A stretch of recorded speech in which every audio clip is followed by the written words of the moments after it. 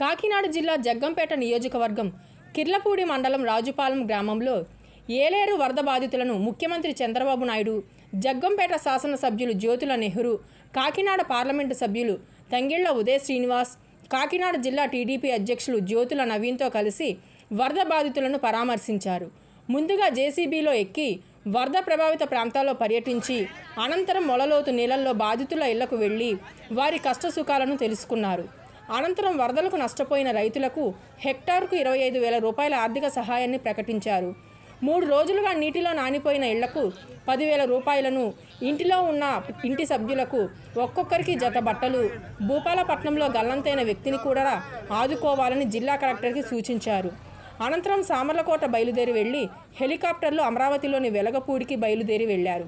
ఈ కార్యక్రమంలో జిల్లాలోని జగ్గంపేట నియోజకవర్గంలోని తెలుగుదేశం, జనసేన, బీజేపీ నాయకులు అధిక సంఖ్యలో పాల్గొన్నారు.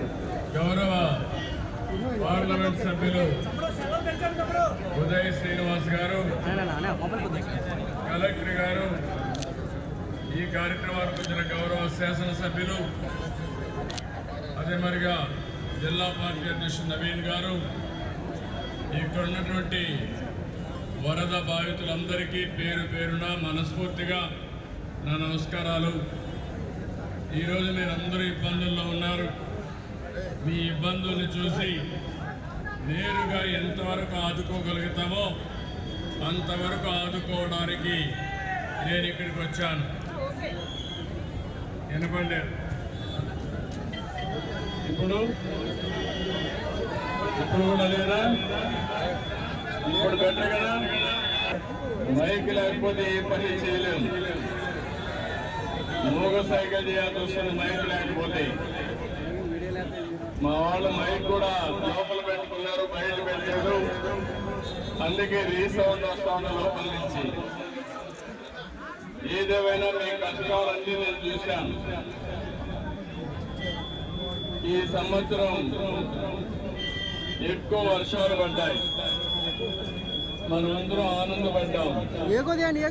అయితే అదే సమయంలో కొన్ని ప్రాంతాల్లో వరదలు వచ్చి మీకు అనేక విధాలుగా నష్టం జరిగింది. ఇక్కడే ఏలేరు రిజర్వాయర్లో మీరు చూస్తే ఒకేసారి 47,000 క్యూసెక్స్ నీళ్లు వచ్చాయి.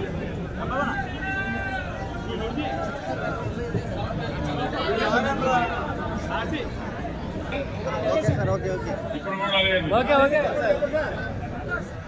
ఇంకా ఓకే, మమ్మల్ని ఇప్పుడు రాకపోతే ఇంక దేవుడే కాపాడాలి మమ్మల్ని. కాబట్టి ఇక్కడికి వచ్చినప్పుడు మీ ఇబ్బందులు చూశాను.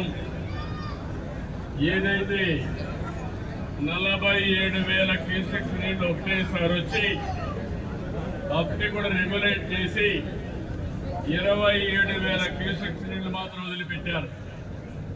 పంట పొలాలు నిలుపు కారు తర్వాత వదిలి తమ్ముడు కారుండి వస్తాను.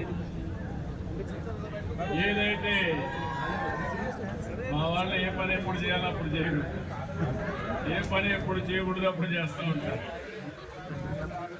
కాబట్టి 27,000 క్యూసెక్స్ నీళ్ళే వదిలిపెట్టారు. ఆ నీళ్లు వదిలిపెట్టకపోతే డ్యామ్కి ప్రమాదం వస్తుంది, అప్పుడు ఇంకా ఎక్కువ ప్రమాదం వస్తుంది. కాబట్టి ఆ నీళ్లు వదిలిపెట్టారు. దాని ప్రభావం ఈ ప్రాంతంలో చాలా ప్రాంతాలు మునిగిపోయినాయి. ఎక్కువగా జగ్గంపేట, కొద్దిగా పెద్దాపురం, అదే సమయంలో కిందనైతే పిఠాపురం, ఈ ప్రాంతాలు బాగా దెబ్బతినే పరిస్థితి వచ్చింది. కలెక్టర్ గారు సమయం కొంతవరకు ఇబ్బంది తగ్గించాడు. ఇప్పుడు కిర్లంపూడి ప్రాంతం మొత్తం పరిసర ప్రాంతాలు దెబ్బతిన్నాయి. మొన్నే డిప్యూటీ సీఎం కూడా పిఠాపురానికి వచ్చి సమీక్ష చేసి అధికారులకు ఆదేశాలు కూడా ఇచ్చారు. దానిపైన నేనైతే 10 రోజులు కృష్ణా వరదల సందర్భంగా విజయవాడ మొత్తం దెబ్బతినింది. ఇవన్నీ జరగడానికి కారణం మీరు ఆలోచిస్తే గత ప్రభుత్వం నిర్లక్ష్యం. ఆ రోజు నేను చాలా స్పష్టంగా ఏలేరు ప్రాంతంలో ముఖ్యంగా పిఠాపురం ఏరియాలో చాలా వరకు మోడర్నైజేషన్ డబ్బులు ఇచ్చాను. ఆ డబ్బులు ఖర్చు పెట్టుంటే ఈ రోజు మీకు ఇంత ఇబ్బంది రాదు. ఆ డబ్బులు ఖర్చు పెట్టలేదు, దానివల్ల మీకు ఈ సమస్యలు వచ్చాయి. మళ్ళీ నేను హామీ ఇస్తున్నా, తప్పకుండా రాబోయే రోజుల్లో ఈ యొక్క ఏలేరు కాలువలన్నీ కూడా ఆధునీకరణ చేసే బాధ్యత ఎన్డీఏ ప్రభుత్వం ఆదేశాలు ఇస్తున్నారు. అదే మరిగా ఇంకో పక్కన ఈరోజు చూస్తే మీరు చాలా ఇబ్బందుల్లో ఉన్నారు. ఎవరన్నా ఒక మంచి పని ఏం చేశారంటే ఎవరు చనిపోకుండా ప్రాణ నష్టాన్ని కాపాడారు. ఈరోజు ఒక వ్యక్తి మాత్రం ఎన్నిసార్లు చెప్పినా వినకుండా పోయి చనిపోయే పరిస్థితి వచ్చాడు, కానీ అతను కూడా 3 సార్లు కాపాడారు. కానీ ఏదేమైనా ప్రాణ నష్టాన్ని చాలా వరకు నివారించారు.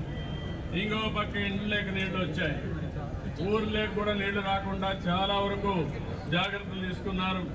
పంట పొలాలు అయితే 65,000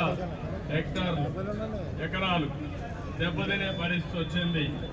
నేను ఆలోచించాను, ఒకప్పుడు తిత్లీ తుఫానుకి ఎకరాకు 8,000 రూపాయలు చొప్పున హెక్టార్కి 20,000 రూపాయలు ఇచ్చాను. కానీ మాజీ ముఖ్యమంత్రి వైఎస్ఆర్ కాంగ్రెస్ పార్టీ హయాంలో మీరు చూస్తే 20,000 నుంచి 16,000కు తగ్గించారు. తర్వాత 1,000 పెంచాడు. కానీ ఈరోజు వ్యవసాయ ఖర్చులు పెరుగుతున్నాయి, ఆదాయం తగ్గుతూ ఉంది. అలాంటప్పుడు ఇంకా ఎక్కువ వలస తగ్గించాడు. నేను అందుకే నిర్ణయం చేశాను, 17,000 నుంచి ఒకేసారి 25,000 రూపాయలు హెక్టార్కి ఇవ్వడానికి నిర్ణయం చేశాం.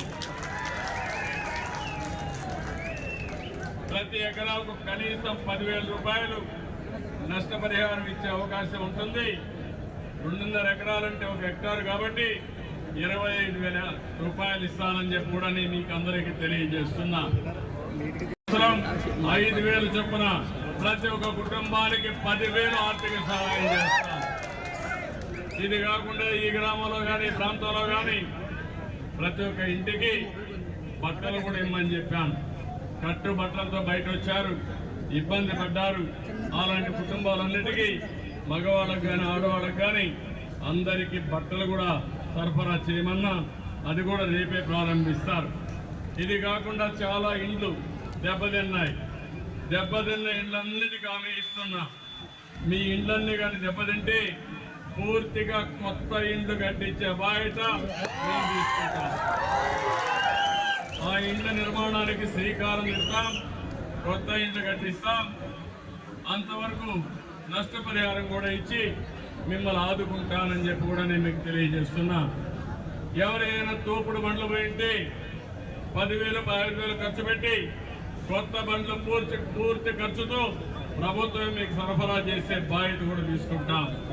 అది కూడా ఆధునికమైన బండ్లని మీకు ఇప్పించే బాధ్యత మాది. 1 పైసా ఖర్చు లేకుండా కొంత ఖర్చులు కూడా డబ్బులు ఇచ్చి కొత్త తోపుడు బండ్లు ఇప్పించే బాధ్యత కూడా తీసుకుంటాం.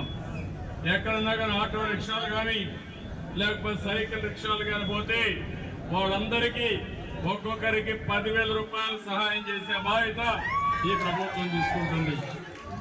ఇది కాకుండా ఇంకా అనేక విషయాల్లో నామ్స్ అన్ని ఉన్నాయి. కలెక్టర్కి స్పష్టమైన ఆదేశాలు ఇస్తున్నాం.